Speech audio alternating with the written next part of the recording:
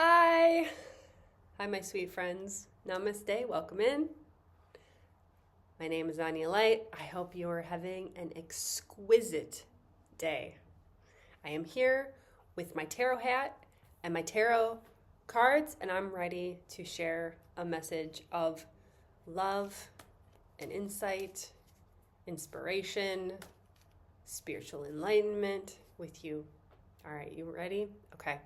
Let's see what's going on for you in your world at the moment.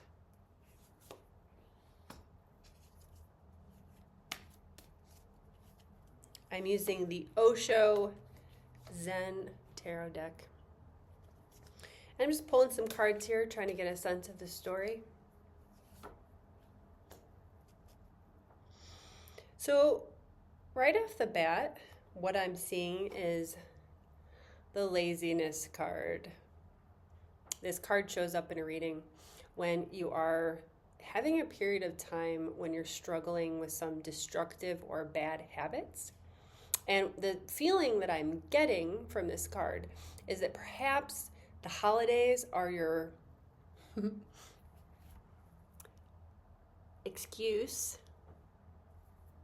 convenient excuse to basically say, well, it's the holidays, so ... And then you engage in some sort of behavior that has some after effects that you don't particularly love. So I invite you in this moment to ask yourself, are there some activities that I've been engaging with that are just not of my highest caliber? They're just not representative of who I know I'm becoming. So this card is a little, it's kind of a funny card if you look at it, right? This guy, he looks pretty ridiculous, you know what I mean? He's like in his big robe and his slippers and his, maybe it's a margarita or some kind of alcoholic drink that he has partaken of. And there's just this feeling when you look at him of like ridiculousness. So I want you to think about, I'm inviting you to think about, and this goes for me too, this goes for all of us, we're all human, we all go through chapters like this where kind of ridiculous when we do the things that we know we shouldn't do. And I'm using that word shouldn't on purpose. I don't usually like that word, but today it feels resonant to use that word. That's what my guides are saying out of my mouth. My spirit guides speak for this vessel of Anya. The shouldn't. Sometimes we need to know what we shouldn't do to get super clarity on what we do want from our life. So identifying what is it that I shouldn't do so that I can make way for what I'm meant to do, what I'm supposed to do, what I'm destined to do, the thing that will bring me loads of happiness and joy. And this addiction or this bad habit is just blocking my way to that joy. So I hope that makes sense. Let me know in the comments below if I'm making sense so far. Also getting a sense of sadness. Are you going through a time of grief?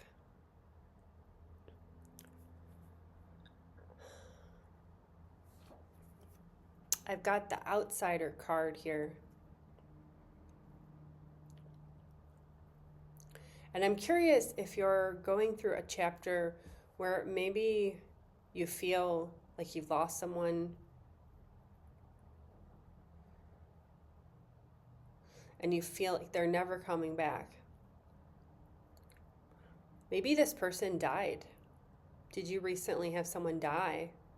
Or are you thinking about someone that passed on and really missing them? I feel like this card is about death. This person here is standing at a locked gate. So they're standing here and then there's this other side of the gate. And I feel like you are this person. And on the other side of the gate, there's this like wall or gate or separation between you and this person. It seems that way. It's not in truth, not really happening, but it feels that way to your emotions. So are you feeling sad about losing someone when they left their physical body and joined the other realms? Is that weighing you down lately? Or maybe you're also feeling, some of you may be feeling worried about someone that you love who's ill, who you know it is possible that they may transition soon. So again, this is a general reading. All my readings are general, so some of these bits may resonate with you, some not. Take what resonates, leave the rest. The point of these readings are for me to help you tune into your own intuition through my voice, through these cards. So find what resonates here, but the outsider card is speaking to a deep sadness, tears, feeling alone, just sitting down in the dirt. This person is eventually, after they try to get in through the gate unsuccessfully, they just collapse into the dirt in like this flood of tears, sitting in the dust.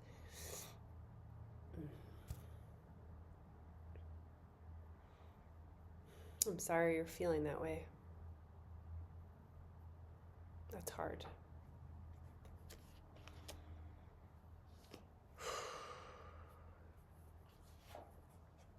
I'm not surprised to see this card come up. It's the change card. And it feels to me like there's so much change happening for you right now all at once that it's like you almost want to write down so if you've had this idea of like, maybe I should document all this, like write it in a journal, I would go ahead and follow the impulse, whether it's a written journal, like a paper and pen situation, like a notebook, maybe you need to go buy one of those, like to add significance of what you're going to write. Like there's something really magical about going out and buying like a journal, a dedicated journal to share, write down your thoughts. Or maybe you feel more comfortable simply like typing on your phone or your laptop, whatever it is. Like I feel like maybe you've been having thoughts of, I need to write this down. I need to document this, maybe write it in a story form, or just make a bullet point list of like, this is the shit that's happened recently. I need to remember this. And so you kind of like write down the things that have been happening to you, the insights, the difficult situations, the upheavals, and just something about putting that in writing so you can see it. It's something about getting it out of you and onto the page that's going to make you feel more grounded, because this card is a beautiful card, change, but it also signifies potential difficulty with like so much change, right? Like, so there's like this almost like tornado, vortex, swirling energy happening. It's a lot. And even if you are one of the positive people who are, constantly doing your best to visualize a happy future for yourself, to think positively, to be grateful, to look on the bright side of things, this change card can still be a whole lot to deal with. So I want you to encourage yourself to take a few minutes ASAP and just do what you've been thinking about, which is, I need to write this down. And maybe it's simply from the catharsis, like maybe some tears will be able to come once you write it down. But there's something significant in writing it down that'll be really helpful to you.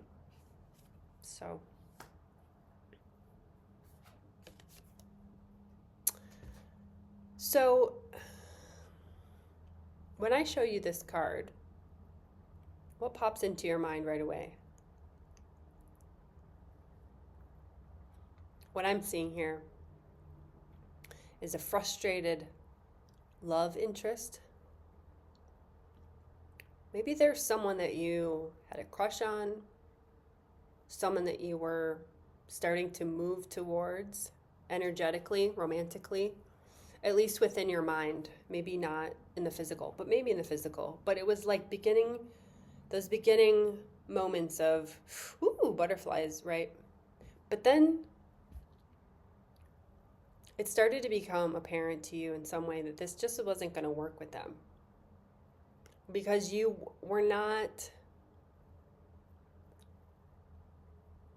seeing them clearly.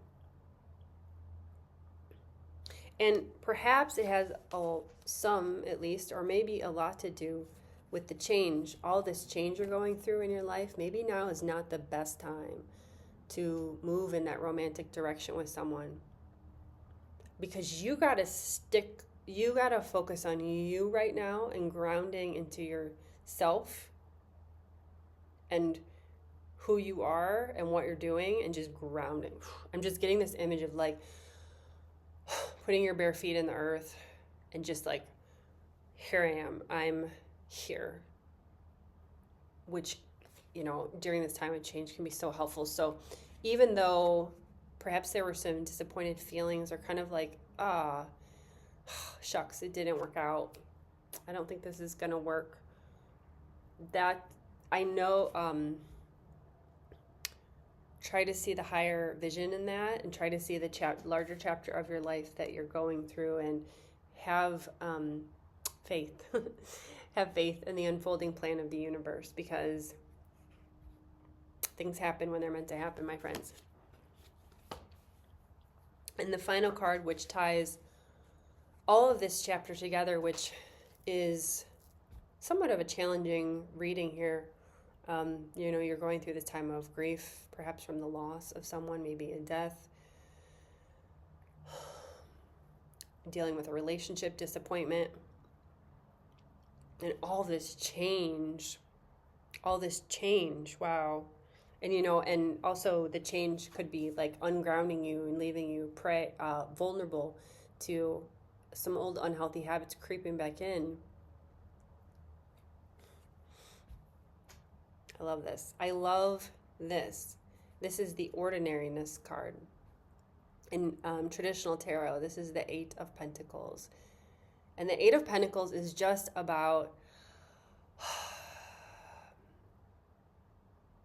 reaping our just rewards. Because even though you have been struggling with some sort of negative habit, you've also been putting in the work to analyze why. You're watching this video right now. You're taking some time for yourself. You're going to do some journaling work. And in general, this card is basically saying it's a pat on the back.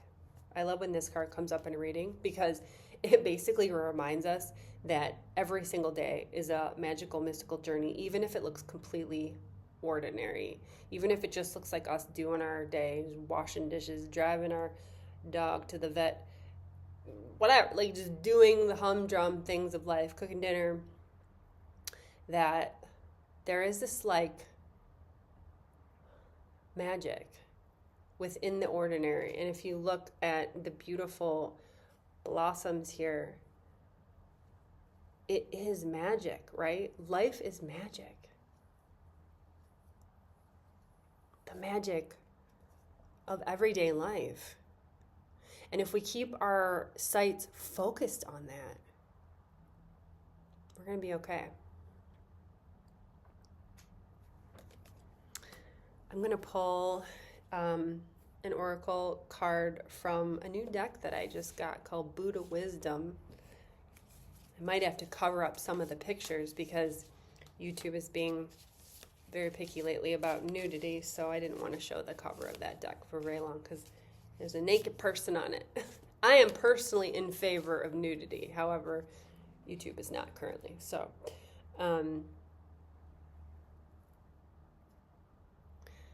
interesting. Chakra Samvara. Chakra Samvara. Union of wisdom and compassion. Compassion for yourself. So this card is basically reminding us to have that tender self-love for ourselves, that self-compassion.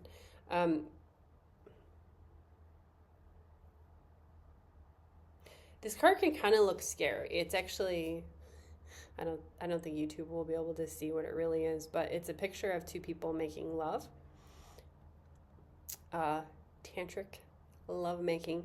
But it's almost like the man is devouring the woman. It's a little scary, right? It's a scary image. However,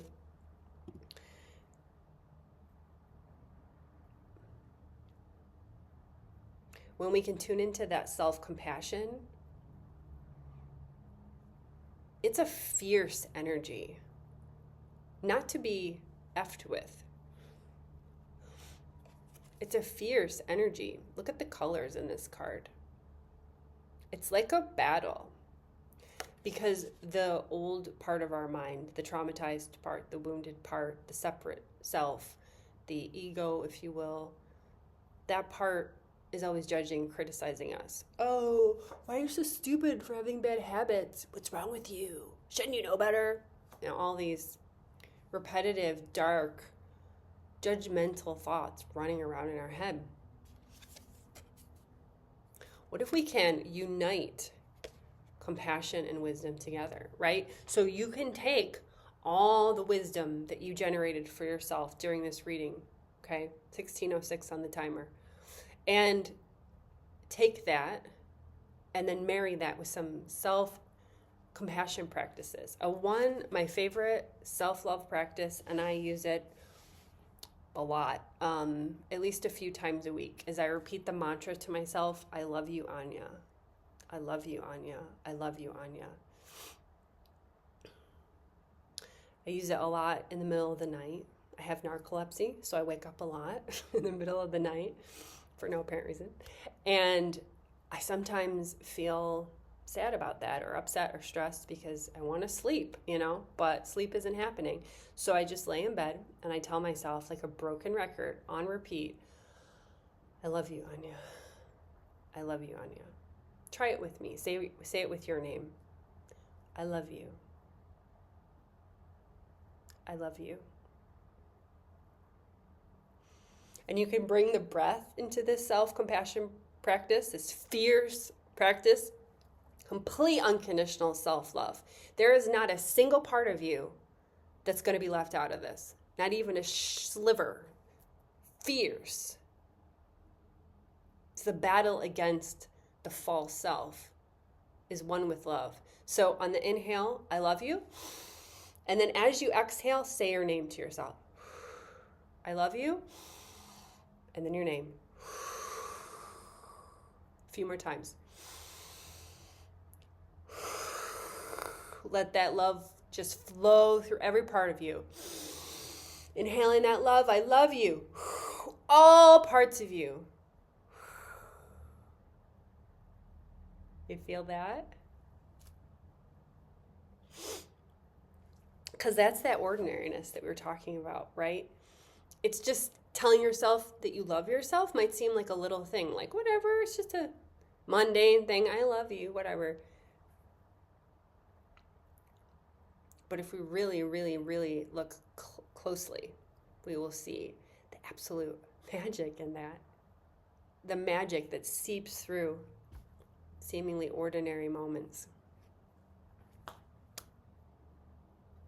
That's all I got for you, friends. Starting January 1st, I'm going to be offering daily tarot readings to my blog.